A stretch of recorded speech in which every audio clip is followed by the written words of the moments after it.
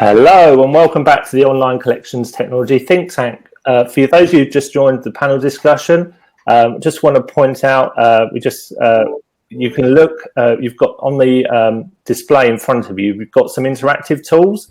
So please, if you get a chance, I'm not going to run through it again because we just did it in our first session, but have a look at that. It's got information on the speakers, the agenda. The important part on there is the tab which is questions. So we'd love to hear your questions throughout. So please send them over to us and we'll put them to the chair and the panel. And then obviously we've got a section on download resources and a section on company profiles, the support profiles, which is Webio, who are really pleased to say supporting today's session. So, but enough talk from me. I will hand you over now to our chair of the event, Vanessa Northam from StepChange, who will now take over and introduce our panelists. Vanessa. Thanks very much, Colin. Welcome back, everybody. Hopefully my sound is a bit better. I had a bit of feedback that there was some feedback, so hopefully that's resolved. So on to this next session, which is very much drilling further down into customer engagement from a digital perspective. So delighted to introduce our next set of speakers. So welcome to Jonathan Booker, who's Head of Field Collections at Snap Finance. Mark Opperman, who is Sales and Marketing Director at Webio, and Richard Sharp, who is the MD for Oplo in the consumer division. So welcome, gents. So I'll ask you to give us a brief overview of your career so far and just some initial thoughts in terms of what you've seen during the last 6 months. So we'll start with you, Richard. Thanks, Vanessa. As you already said, I'm the Managing Director of Oplo, which is a rebrand of First Stop Group. We specialise in 3 specific verticals. We offer personal loans, unsecured lending, car finance, and second charge mortgages. I've been here for a couple of years now, and previous to that, my career spans over 20 years in financial services, working for Dollar Financial, GE Money, and the Bank of Ireland in various senior executive roles. Always focused on the customer, hence why I'm on the panel today. I think it's been a very interesting 6 months, to say the least, for everybody in financial services. And I think the last 6 months has actually been good from an engagement perspective, because from our perspective, it's definitely made people think differently about how we need to engage with customers, and probably has accelerated a lot of digital growth within business as well, because it certainly has in Oplo. We've got a say within Oplo that we're here to power people's potential, and the way that we do that will be through effective customer engagement that we'll come on to later on into the session. But I'd like to thank everybody for coming on, and be very interesting to give you my views later on. Thank you very much. And now Jonathan. Thanks, Vanessa. My name's Jonathan. I work for Snap Finance, and we're a point of sale finance company in the UK, and we focus mainly on the near prime and subprime demographic, and we partner with bricks and mortar retailers across the UK and also online, and we look at financing needs-based products through those relationships that we have. Our collections journey really has changed quite recently. I don't know if it was like luck or divine intervention, but we reached out to Webio back end of last year, looking really to use digital as a leveraging tool, because we have some quite ambitious growth targets for the next few years. And luckily for us, it's been an absolute godsend for this year for different reasons, really. It's been an interesting 9-10 months. But I think we've come out of it really well. Our engagement levels are high, our KPIs are doing very well, and I think mainly that's down to our integration with Webio and pushing digital as our frontline communication channel to customers. So we have a bigger sister company in America who's a lot bigger than us, and this is their first step into the European market. So it's all to play for, and glad to be here this morning. Thank you. Great stuff. Well, the man who needs no introduction, therefore, is Mark Opperman from Webio. So welcome, Mark. Thank you, Vanessa. And to answer your question, Jonathan, it had to be divine intervention rather than pure luck. So thanks very much.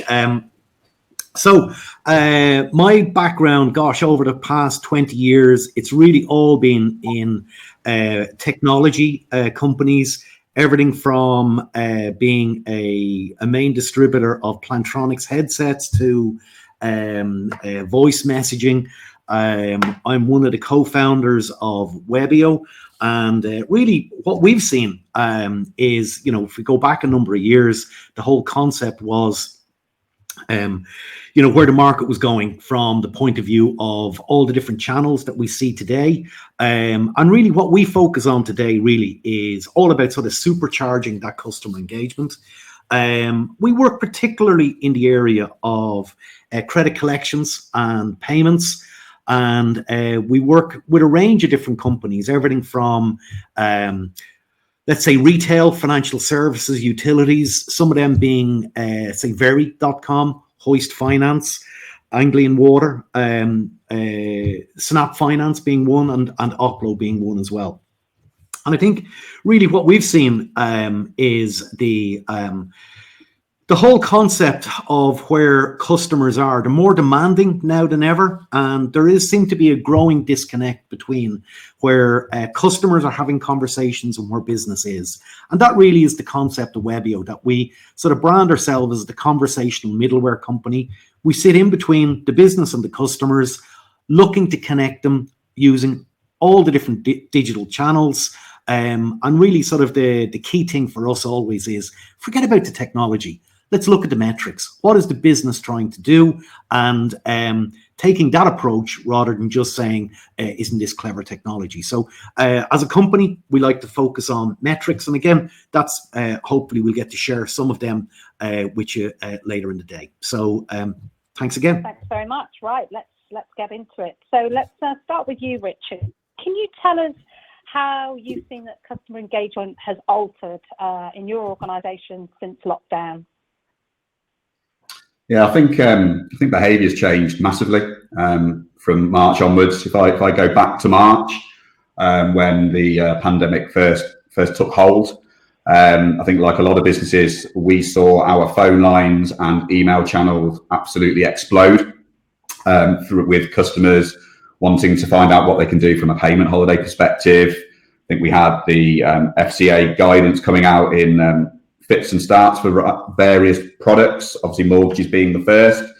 And we had to make some pretty quick changes internally to how we're going to engage with our customers and our staff. We were quite lucky. We were able to mobilise 90% of our staff to remote working within 24, 48 hours. And part of that saw us looking at different ways to engage more efficiently with our customers. Obviously, everybody ringing the lines at one time, we weren't staffed up for that. I don't think any business was. So for us, we were already engaged with Webio at looking at what we could do with some automated chatbots. And I think within 2 weeks of the pandemic taking hold and looking at the metrics of the business with the missed calls that we were having and the agents being bombarded with every other channel and customers showing a little bit of frustration really with not knowing what they can do and how they can do it. We launched a chatbot to begin with for people to take payment holidays across all of our products across the group. And the engagement absolutely flummoxed me. I knew that we would get some very good engagement from it. But we were getting in excess of 70% response rates to the chatbots for payment holidays. People took to it very, very quickly. And the first version that we launched through Webio, I think we changed that within 2 hours of the first glut of responses coming through due to unforeseen behaviour from customers, from the responses that we were getting.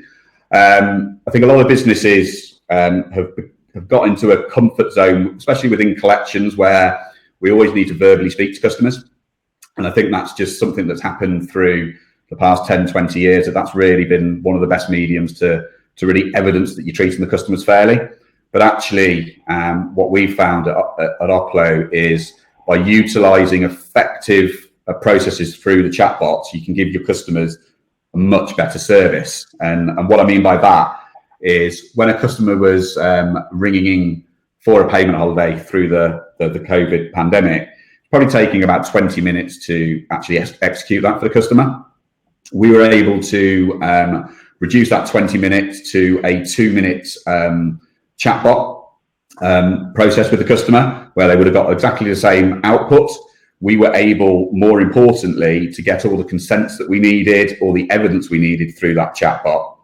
If I liken it to how I would like to interact with businesses, that you don't want to speak to people all of the time. However, it's very important that you have that opportunity if you need to. So for us, we've managed to escalate and accelerate our digital engagement with customers through chatbots and AI, but back it up with the human touch where is needed. So within the chatbots that we've built, there is choices in there for the customers. If they wanted to speak to an agent, they can be immediately put through to that agent, because personally, I'm a very big believer in channel preference, and we shouldn't be pushing customers down a route that they don't want to go down, but giving them the opportunity to use multiple channels to actually engage with us effectively.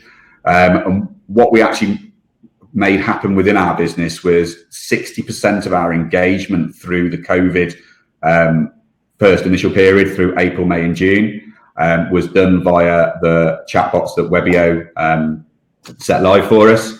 And what that enabled us to do from a speech perspective was spend more time speaking to the customers that really needed us to speak to them, to understand their circumstances and to make sure that we gave them the right output. So I think that the blend is very, very important. And I think a lot of businesses historically they've gone fully digital or they've gone fully speech. And I think for us at Oplo, it's having the digital capability, but not losing that human touch. And I think that's very, very important. And there's definitely a blend that we need to take care of moving forward. We've also, because of the success of the chatbots, we started launching them on other segments of our customer base, with ones that weren't engaging with us throughout COVID, that were in arrears, and we saw an improvement of 3x on the response rates through that medium against the traditional call. And it's kind of that same old where if you continue to call a customer at different times of day and they're not picking up, why would they pick up tomorrow? So we need to be more efficient and give people more choices to engage with us. So for me, the biggest thing is we've accelerated our digital engagement. It's been a roaring success, and we're now looking to have that ability across all of our collections customers with options for payment plans, etc., without needing to speak to us, but more importantly, enabling the agents to spend the time with the customers that they need to, rather than the ones that can self-serve. Yeah, I think it's great to see that initial uptake, because I think it was very much consumers had a real vested interest to engage, because obviously accessing the payment holidays. But I think it's interesting that you've been able to move that into other channels and seeing, increasing engagement in that. So, Jonathan, from your perspective, obviously you're working with Webio as well. Has it been a similar journey? Well, I've got to say I've never met Richard or spoke to him before in my life, but the synergy between his numbers and our numbers, I've got it here written down in front of me, is unbelievable. I mean, we were probably on this before COVID, just because of our growth trajectory, but we were kind of 50-60% phone and dialer interactions, and 40-50% field interactions, because we have a field team that goes out to support our customers last year, and that's moved to 60% digital, 20% field, 20% dialer phone, inbound phone activity. If you'd have said that at the start of this year, I wouldn't have believed you. I wouldn't have thought it was possible. So that's definitely synergy in those numbers. And again, so if you look at kind of inbound and outbound dialer compared to digital, it's 3x, same as Richard, 3x response, which is fantastic. And we've had exactly the same experience it does then release, because quite a lot of our bots have the option to speak to a human at any moment in time, either via SMS or via telephone. We've had exactly the same experience, really. It's allowed for our agents to work from home. It was quite an easy transition, really, in the end. And they really focus on customers that haven't got what I'd call a binary transaction to do. So if a customer needs to pay, needs to check a balance, needs to set a payment plan up within parameters, all of that can be done quite easily from the bot. It doesn't need a human to interact with that. And it allows us to reach out to customers that are going towards IVA, got severe financial difficulties, lost jobs, and really, spend more time talking to them rather than talking to a customer that just wants to ring up to pay £30, etc. So very, very, very similar experience. I think where it was also a little bit key is that we have two ways that our bots interact. One is kind of a solution-based, but one is kind of an information gathering-based kind of bot. And we saw that was fantastic for us during COVID. So we were able to literally write a bot today and get that out tonight for tomorrow, gathering information from customers, being able to understand customers' individual circumstances, and then being able to return to them digitally with some solutions that are tailored for them. So very, very, very similar experience to Richard. Great, thank you. Well, I'm going to go to a question from the audience now. So, and feel free to sort of chip in. But what's the initial engagement? How do you drive that initial engagement via the chatbot, and what platforms were they on? I think the audience has asked for that to Richard to start, but maybe Mark, from a Webio perspective, what's your best practice? What have you found most effective across the organisations that you work with? Well, look, I think from a digital channel and from a conversational, really the one that dominates everywhere at the moment is still SMS. What you're seeing is WhatsApp is starting to come in and is on a growth rate, is very high. But the majority of these type of conversations and automated and all the rest, they typically would start with an outbound SMS or an inbound. So really, if I was to pick one channel where most people start, that would be SMS. That probably would be similar to what Richard and Jonathan. Richard, from your point of view, would that be where you've seen? Definitely, totally agree. We started off with just the initial SMS platform and transactional SMSs just to test the platform.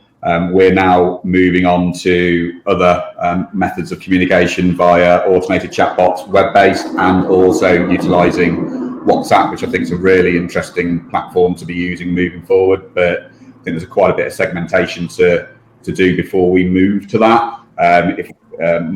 From our experience, I would start with transactional SMS to begin with and see how your customer base interacts with that.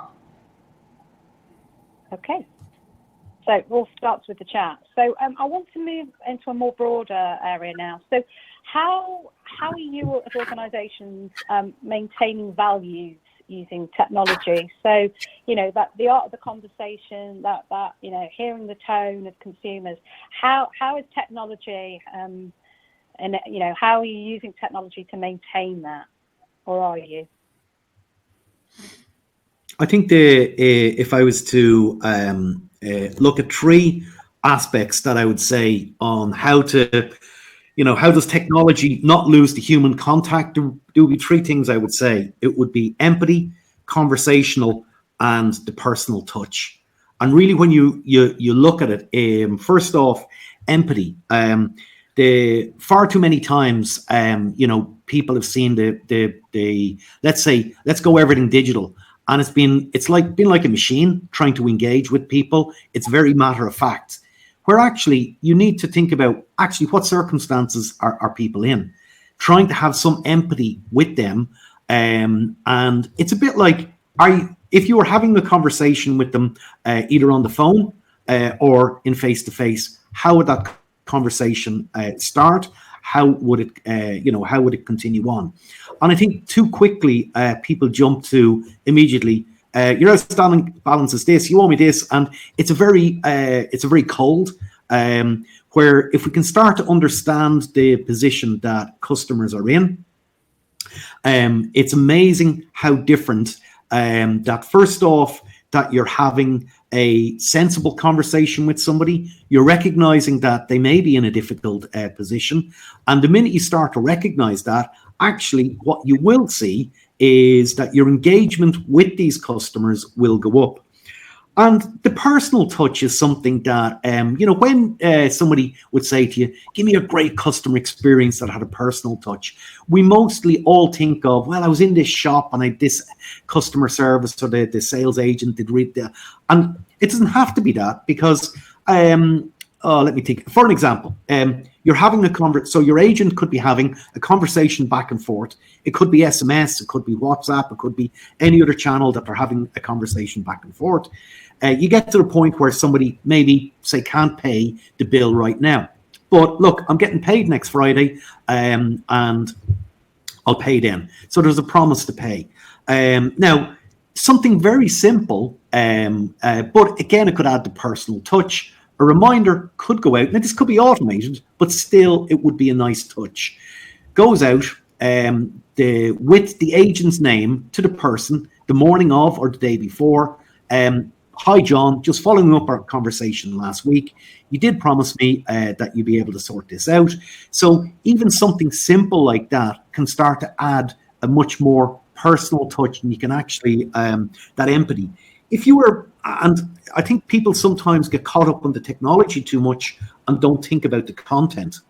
Because if you were to look at, and if you were to listen in to your best agent on the phone, the one that has the most impact within your business, I can bet you that they're probably having the best types of conversations with their customers. So if you were to use that mindset and continue it on, the technology is just an enabler.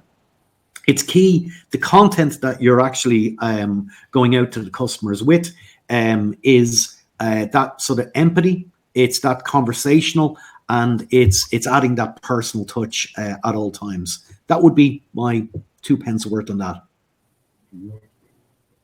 Thanks very much. Anything else to add in there? I think for me, I totally agree with you. I think the key word here is conversational, and the chatbots effectively are a medium for you to have a conversation with a customer.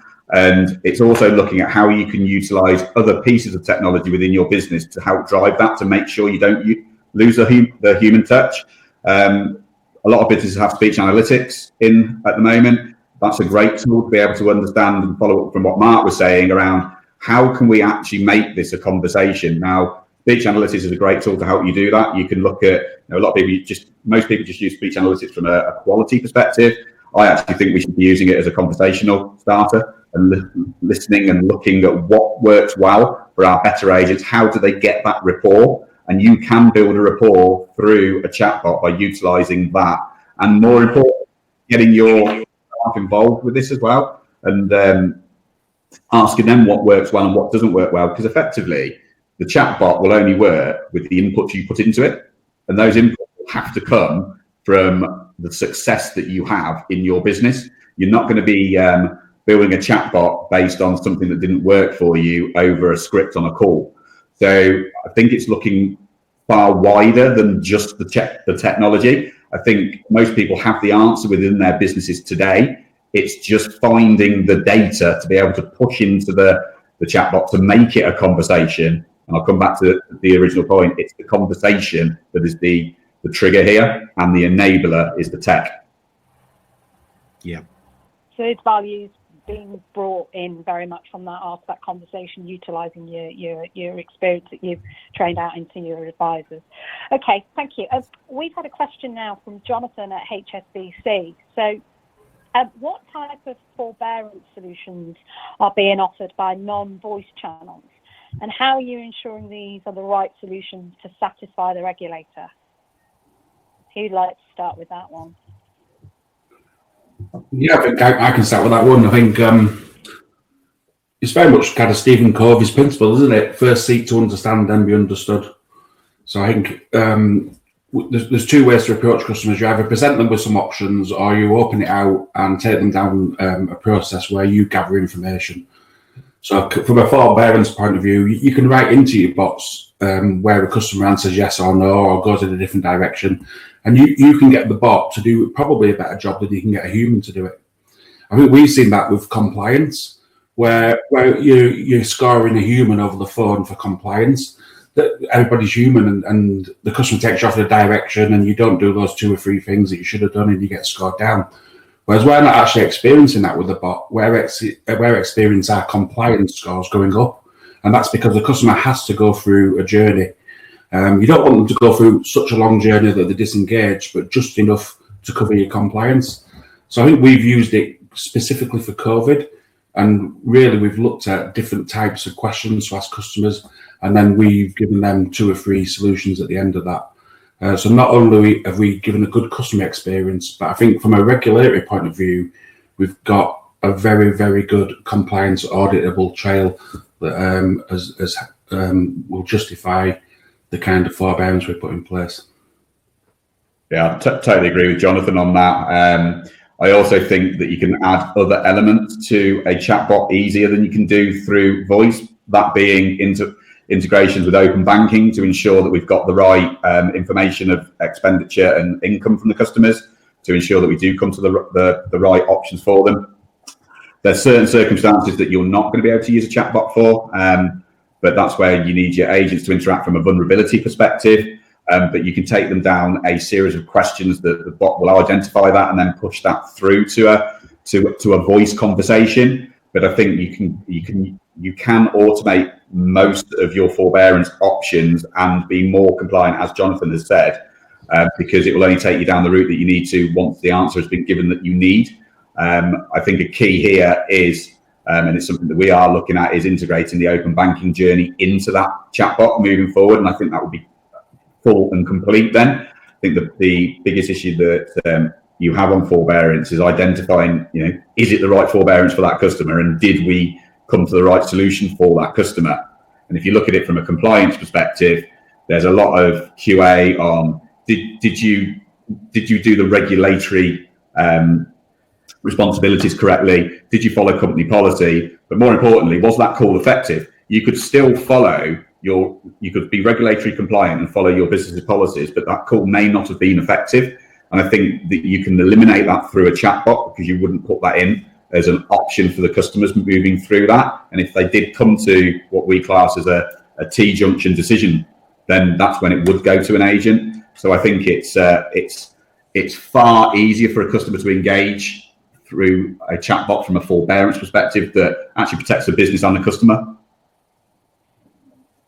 Okay, thank you for that. I want to put this next question to Mark. I'm conscious that we've got multiple sort of industries and sectors attending the call today, not just from FS, so utilities, local government. So Mark, from your perspective in the work that you've been doing, how is that collections picture varying sector by sector, and from a tech perspective?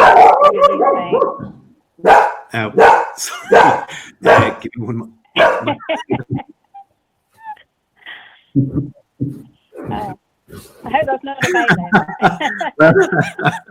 Well, Cookie answered that perfectly for me, so I'll no. Okay, so from the sector by sector, it is actually quite interesting. And again, if I was to look at that and trying to distill it down into one of the best practice is sort of carried to many different sectors. Now, there are obviously regulatory regulations in each sector that you need to be aware of. So rather than going into each and every one, that everybody would be familiar with what regulations they would need to work to. But the one thing is, best practice is right across. There are many things that we see. So when we talk about sort of the different forms of different channels to engage and stuff like that, what is better than something else? Actually, I normally would say, well, look, let's not talk about the technology first. What's the job to be done? So the job to be done could mean that you may only want to use one channel. The job to be done may need actually 3 or 4 channels. as both Jonathan and Richard sort of alluded to earlier. But when it comes to different sectors, to be frank, we don't see huge differences. But there are, should we say, if I take retail for an example, it's quite interesting the language that retail use, where there is, say, a credit account that somebody would have, and there isn't the, let's say, the possibility of the service being turned off, where in retail it would be a case of where actually we need to balance we need to make sure that we actually get paid from the customer, but we also need to do it in such a way that we don't lose a customer. So it's that sort of trying to get that balance right. And actually, and we come back to the likes of the personalization, conversational is key in all of these situations, but even a simple thing, that personalization, making sure the language going out to people, say in retail, it's probably easier where there is different brands would have different age demographics, that the language that you'd use in the content would be slightly different if it was a very young audience versus a very old audience. So, you know, retail is that one example where, but then if you were to jump to financial services, you know, probably what we see is the language is a little bit more formal, and it needs to be. But again, it comes back to it's conversational. That, you know, if it is sensible and if it is a good content from a conversational point of view, it's going to work in every sector. So yes, there are some differences, but the differences aren't night and day. There is so many crossovers that it's probably 90 to 95% similar, and then that last between 5 and 10% is industry specific. But again, rather than me getting into all the different ways of doing it, you know, lots of people would know their industry, that deep dive, probably better than I would. So, you know, they would know that the difference is there. So there isn't huge differences, because ultimately, you know, everybody is trying to do the same job. So to say it's not, there isn't so many differences that you could actually say it's quite a wide spectrum. It's not. Yeah. At the end of the day, a consumer is trying to engage with an organisation, regardless whether it's water, credit card, retail, counter tax. They want that same sort of help and that same opportunity to share their situation and make an arrangement. Yeah, and it's that I come back to that sort of personal touch, the empathy, and one thing that just on everybody has adopted it. Everybody is you know, mobile first and digital customer journey. Now, lots of people I would say use that and say that we're adopting it, but actually I think we're still a long way from truly tapping into the power of mobile, and most consumers will on any visits to websites or any brand, it's mostly probably between 60 and 70% of those engagements will happen over their mobile. So if there was one takeaway, I would be saying to people, you really need to start designing it more for mobile and making that a great experience. Okay, thank you. So I think we've got 7 minutes left, so I'm making sure that we don't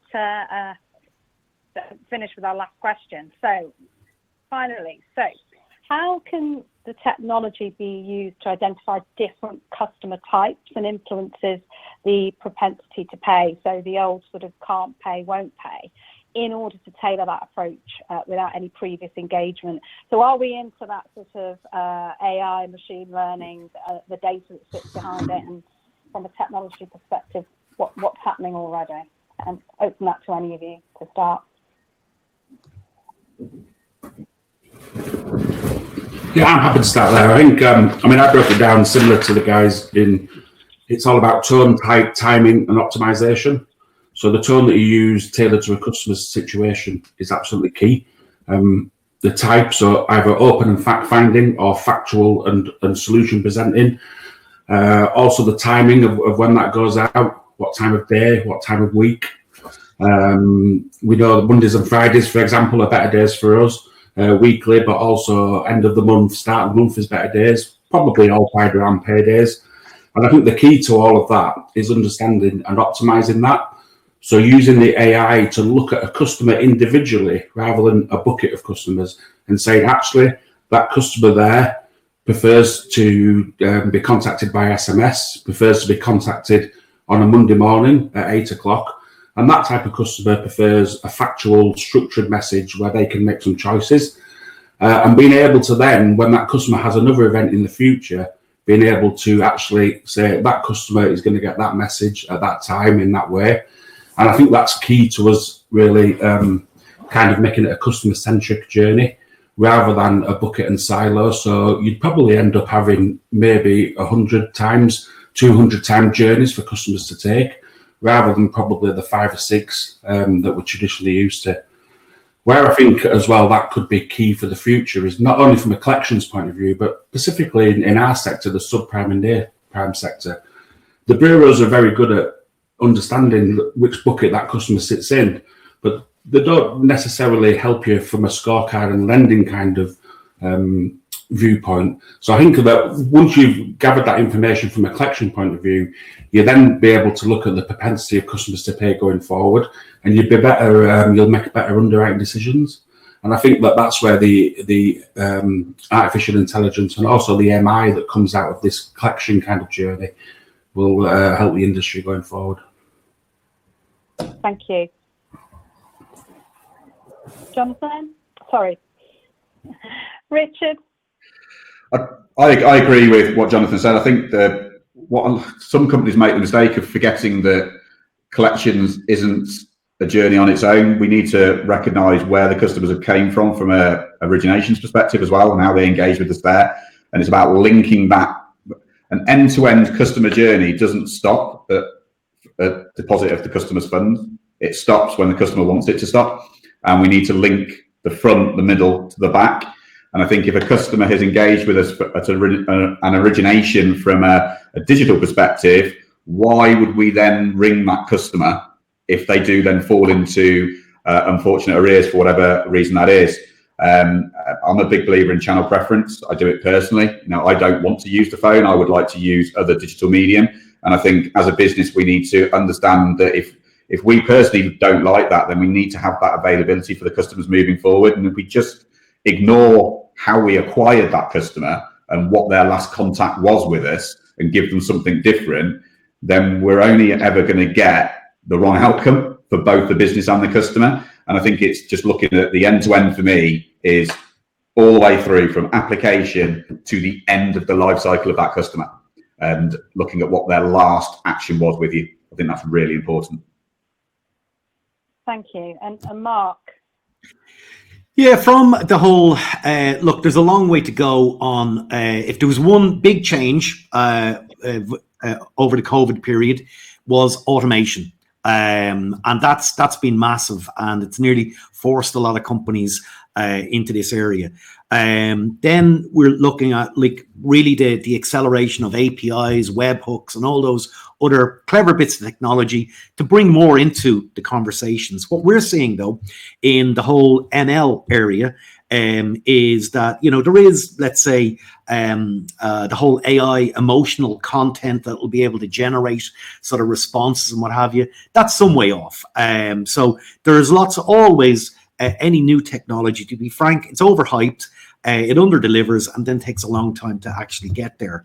One of the more, I'm going to say, more basic approaches that we've taken, we're not trying to, should we say, boil the ocean, that we're taking a step-by-step approach regarding this.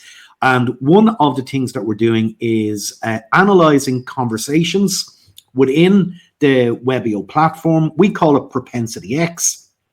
And really, what it's trying to do is identify from the conversation that's happening, looking back at the data on all the previous conversations, what's the most likely outcome.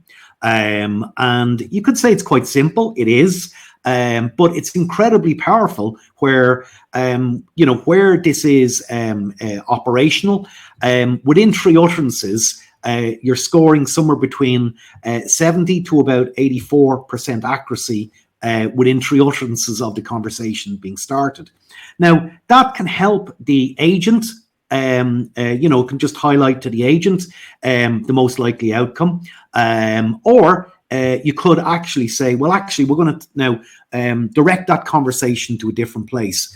We've mentioned vulnerability earlier, dealing with customers compassionately and with empathy. But even as something like that could identify potential vulnerability very early on in the conversation and immediately take that conversation out of the normal conversation stream and move it to a more specialized agent. So, rather than trying to be magic and it does everything, we're taking a sort of step-by-step approach, and we're seeing that simple of looking at the data, what's happened in the past, looking how the agents have tagged the outcome, and then as the conversations happen again, it's a bit like come back to your best agent in the business has been there for many years, and immediately as the conversation starts, they'll have immediately they could turn around to somebody beside them who's only started, and they could go, this conversation is going to end in such and such, and the new person would go, jeepers, how did you know that? And so the technology is sort of just trying to replicate that. It's looking at what's happened in the past. Now, that's the first step. There's many other things that will happen over the next coming years. So it's quite an exciting time for sure. But the one thing, and I come back to it, we've repeated it over and over, and this would be the conversational design, making sure that no matter how much automation or clever AI or ML is there, you have to have the ability to bring the agent into it, because ultimately, sometimes the right channel is getting the agent involved as well. So we're never going to get rid of the agent. All these other things will be able to help and optimize the business, but it's about what's the job to be done and making sure that you're using the right tools for that job to be done. Brilliant. Well, I think that's a great place to leave it there, that the future of our collections agents are safe, like you say, enhanced with some great tools. So look, just want to bring this to a close. Thank you so much for all of you. I think we could have continued that over lunch, but hopefully people can follow up to you via LinkedIn. So we've got a couple of polls now, which my glamorous assistant Colin is going to put them up. So Colin, over to you. Yeah, thanks, Vanessa. Yeah, and Mark and all the guys so far. So just a couple of quick questions for you. So we want to know, prior to lockdown, which of the following channels, prior to lockdown, that's what I want to emphasize in this question, which of the following channels of engagement did your company find the best results? They're all up there for you now. We've got calls, emails, SMS texts, conversational SMSs, such as WhatsApp and chatbots. So that's the first one. Hopefully we've given you enough time on that now. And then we'll just go over those results, and we're going to share these online at some point. And then the second poll is coming up now, and it's just the same question, but all we want to know is, since lockdown, which of the channels of customer engagement did your company find generates the best results? So if you could all have a look at that really quickly, and I'll just round off for you there, and just I'll leave that on the screen, and say that I'd like to thank Mark, Jonathan and Richard for their time today. It's been really insightful, really interesting, and of course Vanessa for her chairing of the event. And we're going to end now, but what we're going to do, for people who want to stay with us, we're going to cover vulnerable customers and affordability in 11:45. So people need to log in and log out for that. You should have all the login details. If not, go to the Credit Connect website, have a look at all the links, and you need to sign up pretty quickly. But I'm just going to round off the broadcast and say thank you very much for everybody's time today, and hopefully we'll see you all again soon. Thanks a lot, everybody. Bye. Thanks a lot. Goodbye. Cheers. Thanks a lot. Bye.